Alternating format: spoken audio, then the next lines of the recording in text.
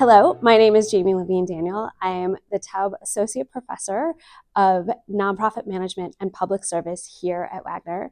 And today I am going to talk to you about the impact of the Trump administration's actions on nonprofits.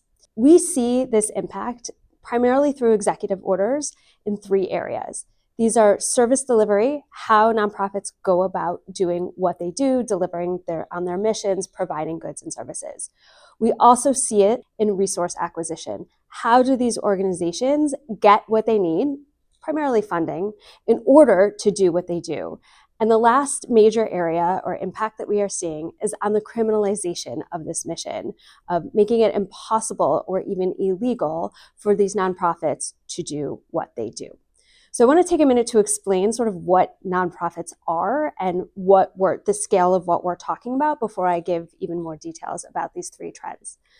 There are approximately 1.8 million registered nonprofits in the United States. These are organizations that have gone through and filed paperwork and been recognized via the tax code as a nonprofit entity. We know there are many, many more on the ground doing grassroots action, working in their communities, but the best number that we have for how many nonprofits, 1.8 million. This makes this the third largest sector in the United States behind manufacturing and retail. About 10% of people who are employed in the United States work for a nonprofit, and this accounts for about 6% of GDP. $3 trillion in revenue flow through nonprofits. So even though it says nonprofit in the name, we're really talking about a significant sector of economic activity and of employment. But what do these nonprofits do? Well, they do a lot of things. They're your animal shelters, your houses of worship, your food banks, your supplementary programs for schools and education, your libraries, basically anything that any organization that performs a public benefit or scientific research. You can look at the tax code if you want the exact definition of what they consider a nonprofit. It's basically any charitable organization. Again, 1.8 million nonprofits in the United States. These nonprofits often act as either substitutes or complements to government activity. What do I mean by this? I mean, sometimes they're actually doing work at the behest of federal, state, or local public organizations. You're working, implementing a program that a mayor has designed, or implementing something that Congress has passed. Federal government will say, here's money, right? And give money either directly to the local nonprofit or fund it through a city or a state or local mechanism. And that nonprofit will take that money and actually do the work on the ground. This makes sense, right? They're in their communities, they know people, they can help build social capital, they can make connections. They basically act as mediaries between individuals and a faceless government when it comes to accessing public goods and services. So they can be complements, doing what government is doing or doing work on behalf of government to provide public goods and services. Sometimes, though, local governments or the state government or even the federal government may not be responsive to a community's needs, and a nonprofit can step in and do the work because government is not doing it, right? So there's a push and pull in the relationship between nonprofits and government. Governments and nonprofits act with, for, and sometimes against each other. Governments provide the structure through tax codes and legal provisions that kind of make the nonprofit organizational entity what it is. And nonprofits, in addition to providing public goods and services, also in a democracy, get people involved. Public education, voter advocacy, voter mobilization. And what's important to know is that our federal government recognizes the role that nonprofits play.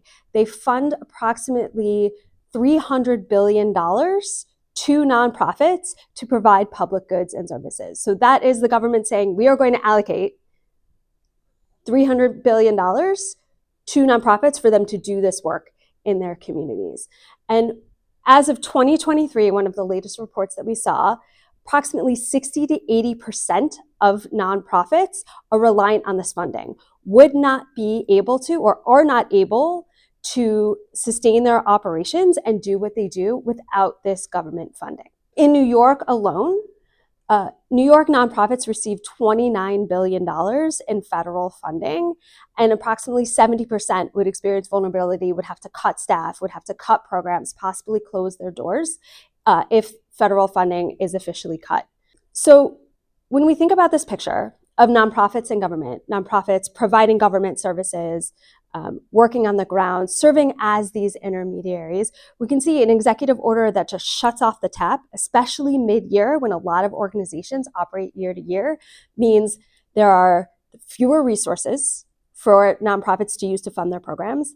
There are actually fewer organizations and fewer people doing the work, but possibly more work to do. Because if you think about the fact that nonprofits often step in when government and public agencies aren't able to provide, and there's fewer public agencies doing the work, the demand doesn't disappear. It just means there's fewer resources, fewer people, more demand. So that's a direct impact of what people might be seeing in their daily lives, right? Organizations shutting down, people losing jobs. The other thing that I think we need to pay attention to that is really important is this criminalization. So not only is the federal government, through their executive orders, saying, shutting off taps, removing resources, forcing organizations to close doors, but in some cases, they're actually trying to argue that what some of these agencies are doing is illegal. And we see two recent developments.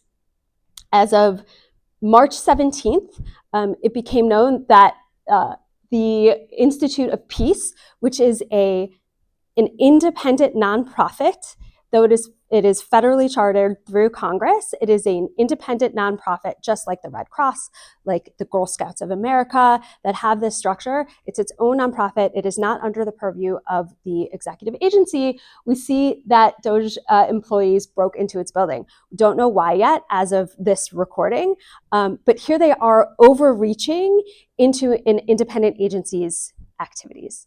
Another example of this is that as of, I believe it was March 13th, public filings became available that indicated that Citibank, at the behest of the FBI, froze funds of several nonprofits, including Habitat for Humanity and including United Way, because of work they were doing with a fund that came out of the Environmental Protection Agency through a program that had been funded in the previous administration. The current administration is trying to say the funds are being put to illegal use and that we need to inquire into these organizations. And so you should freeze their money. And for many organizations, freezing money means it's not like they have cash on hand that they can then continue to do their operations. Freezing a bank account means freezing resources, means freezing activity. So a lot of these things are constantly changing. The two stories that I posted were recent as of this recording. So by the time you see this, other things could be happening. But I think it's really important to understand the relationship that nonprofits and government have, just how large the nonprofit sector really is, and the nature of the work that it does, and that it touches many of us on an almost daily basis. So we are going to continue to see pressures on service delivery, on resource acquisition, and even on just the very nature of the activities, programs, and services that these nonprofits provide. So thank you very much.